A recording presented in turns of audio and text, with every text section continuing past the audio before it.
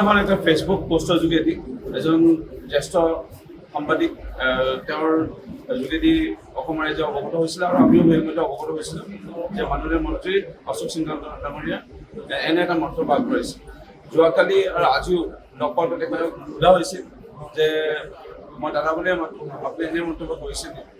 তেওঁ কোৱা মতে মই এনে মন্তব্য কৰা নাই আৰু ধেমালি সুৰতে হয়তো কিবা মন্তব্য মই যদি চাগে কৰিছিলোঁ বা ওলাইছিলোঁ, কিন্তু এনে আঘাত দিয়া মই কেতিয়াও মন্তব্য কৰা নাই আৰু এজন অসমৰ সন্তান হিচাপে আজি অসমৰ ৰাইজেও প্ৰত্যক্ষ কৰিছে আৰু মোৰ অসমৰ ৰাইজৰ কাৰণে কাম কৰাৰ এটা মহান ইচ্ছা লৈ পেলাই ৰাজনীতিৰ পথাৰত আহিছিলোঁ আৰু কামো কৰি গৈ আছোঁ আৰু মানে মৃত্যু মুহূৰ্তলৈকে কাম কৰি যাম অসমীয়া সমাজলৈ অসমৰ হকে তেনে বুলি মন্তব্য আগবাঢ়িছে।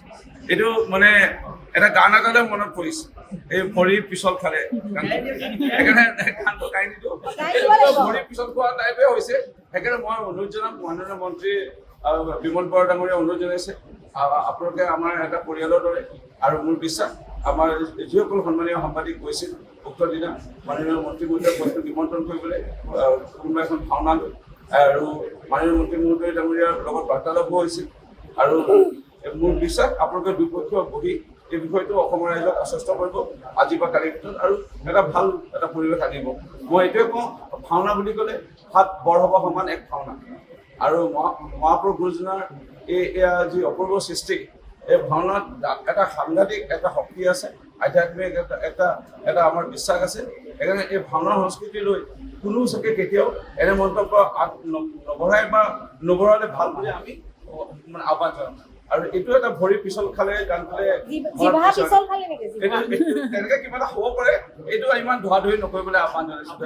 এখন এটা ফেচবুক পোষ্টৰ যোগেদি এজন জ্যেষ্ঠ সাংবাদিক তেওঁৰ যোগেদি অসম ৰাইজে অৱগত হৈছিলে আৰু আমিও সেইমতে অৱগত হৈছিলোঁ যে মাননীয় মন্ত্ৰী অশোক সিংহ ডাঙৰীয়া এনে এটা মন্ত্ৰ বাদ কৰিছে।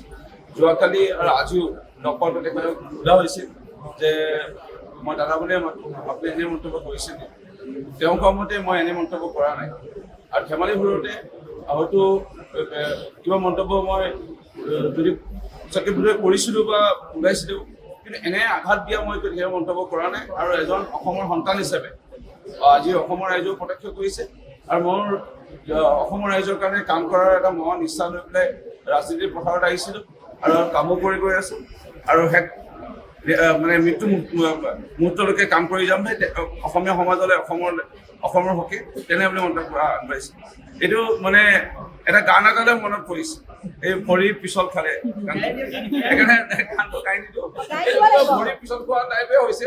সেইকাৰণে মই অনুৰোধ জনাম মাননীয় মন্ত্ৰী বিমল বৰা ডাঙৰীয়া অনুৰোধ জনাইছে, আপোনালোকে আমাৰ এটা পৰিয়ালৰ দৰে আৰু মোৰ বিশ্বাস আমাৰ যিসকল সন্মানীয় সাংবাদিক গৈছিল উক্ত দিনা মাননীয় মন্ত্ৰী মহোদয়ক নিমন্ত্ৰণ কৰিবলৈ কোনোবা এখন ভাওনা লৈ আৰু মাননীয় মন্ত্ৰী মহোদয় ডাঙৰীয়াৰ লগত বাৰ্তালাপো হৈছিল আৰু মোৰ বিশ্বাস আপোনালোকে দুপক্ষ বহি এই বিষয়টো অসমৰ ৰাইজক আশ্বস্ত কৰিব আজি বা কালিৰ ভিতৰত আৰু এটা ভাল এটা পৰিৱেশ আনিব। মই এইটোৱে কওঁ, ভাওনা বুলি ক'লে হাত বৰ হ'ব সমান এক ভাওনা আৰু মহাপুৰুষ গুৰুজনাৰ এয়া যি অপূৰ্ব সৃষ্টি, এই ভাওনাত এটা সাংঘাতিক এটা শক্তি আছে, আধ্যাত্মিক এটা আমাৰ বিশ্বাস আছে। সেইকাৰণে এই ভাওনাৰ সংস্কৃতি লৈ কোনো চাগে কেতিয়াও এনে মন্তব্য নবঢ়াই বা নবঢ়ালে ভাল বুলি আমি মানে আহ্বান জনাম। আৰু এইটো এটা ভৰি পিছল খালে গান খালে তেনেকে কিবা এটা হ'ব পাৰে, এইটো ইমান ধোৱা-ধুই নকৰিবলৈ আহ্বান জনাইছোঁ। যিকোনো খবৰৰ বাবে যোগাযোগ কৰক 7099017330 লগতে 7099017110 নম্বৰত।